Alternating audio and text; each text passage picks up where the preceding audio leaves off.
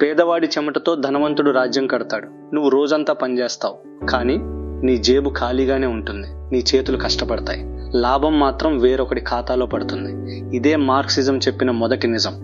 ఈ భూమిపై పుట్టిన ప్రతి మనిషికి ఒక హక్కు ఉంది, గౌరవంగా జీవించే హక్కు. కానీ ప్రపంచం మొత్తం చూస్తే ఈ హక్కు అందరికీ సమానంగా దక్కడం లేదు. ఒకవైపు కొందరు అధికంగా సంపాదిస్తున్నారు, మరోవైపు కొందరు ఆకలితో పడుకుంటున్నారు. ఈ అసమానత ఎందుకు వచ్చింది అని గట్టిగా ప్రశ్నించిన వ్యక్తి కార్ల్ మార్క్స్. ఈ సమాజం బయటకు ఒకటిగా కనిపించినా లోపల మాత్రం 2 వర్గాలుగా విడిపోయింది.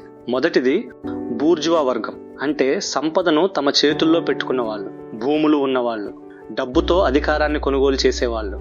రెండవది ప్రొలిటేరియట్ వర్గం, అంటే తమ శ్రమ తప్ప ఇంకేమీ లేని వాళ్ళు, రోజంతా కష్టపడేవాళ్ళు, చేతులతో పనిచేసి బతికేవాళ్ళు, తమ చెమటను అమ్ముకుని జీవించేవాళ్ళు. మార్క్స్ చెప్పినది ఒక్కటే, ఈ 2 వర్గాల మధ్య పోరాటం ఎప్పుడూ ఆగదు. ఒక వర్గం లాభపడుతుంది, మరో వర్గం బరువు మోస్తుంది. ఫర్ ఎగ్జాంపుల్, ఒక కార్మికుడు రోజంతా కష్టపడతాడు, తన చెమటతో వస్తువులు తయారు చేస్తాడు. అతని శ్రమతో 100 రూపాయల వస్తువు తయారవుతుంది, కానీ అతనికి ఇచ్చేది 10 రూపాయలే. మిగిలిన 90 రూపాయలు ఎక్కడికి పోతాయి? యజమాని జేబులోకి పోతాయి. కార్ల్ మార్క్స్ దీనినే శ్రమ దోపిడీ అని చెప్పాడు. ఎందుకంటే సంపదను సృష్టించింది కార్మికుడి శ్రమ, కానీ ఆ సంపదపై హక్కు మాత్రం ఇంకొకరి చేతుల్లో ఉంటుంది. కష్టపడేది ఒకడు, లాభపడేది ఇంకొకడు. అందుకే మార్క్స్ అన్నాడు, ఈ వ్యవస్థ మారాలి, శ్రమ చేసే మనిషికి తన శ్రమకు తగిన గౌరవం రావాలి. కార్ల్ మార్క్స్ ఆలోచనలు ప్రపంచాన్నే కదిలించాయి. రష్యాలో ప్రజలు అధికారానికి ఎదురు నిలబడ్డారు. చైనాలో కొత్త రాజకీయ మార్పులు మొదలయ్యాయి. క్యూబాలో కూడా వ్యవస్థను సవాల్ చేసే ఉద్యమం వచ్చింది. ఆ విప్లవాలు పూర్తిగా విజయవంతమయ్యాయా అంటే అది వేరే చర్చ.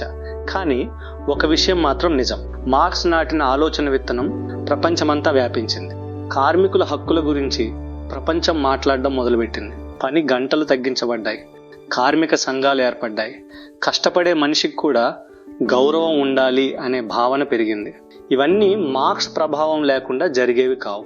మార్క్స్ పేరుతో ప్రపంచంలో కొన్ని తప్పులు కూడా జరిగాయి, అది అంగీకరించాల్సిన విషయమే. కానీ మార్క్స్ అడిగిన ప్రశ్నలు మాత్రం ఈ రోజు కూడా చనిపోలేదు. పేదవాళ్ళు ఎందుకు పేదవాళ్ళుగానే ఉంటున్నారు? శ్రీమంతులు ఎందుకు మరింత శ్రీమంతులు అవుతున్నారు? ఈ వ్యవస్థ నిజంగా ఎవరి కోసం పనిచేస్తోంది? ఈ ప్రశ్నలు ఎప్పటికీ తప్పు కావు, ఎందుకంటే అన్యాయం ఉన్నంతకాలం మార్క్స్ ఆలోచనలు కూడా బ్రతికే ఉంటాయి.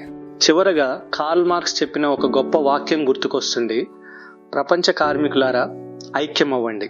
ఎందుకంటే ఒంటరిగా ఉన్న కార్మికుడు బలహీనంగా కనిపించవచ్చు, కలిసి నిలబడిన పేదవాడి గొంతుకు ఈ ప్రపంచం ఎప్పుడూ భయపడుతుంది.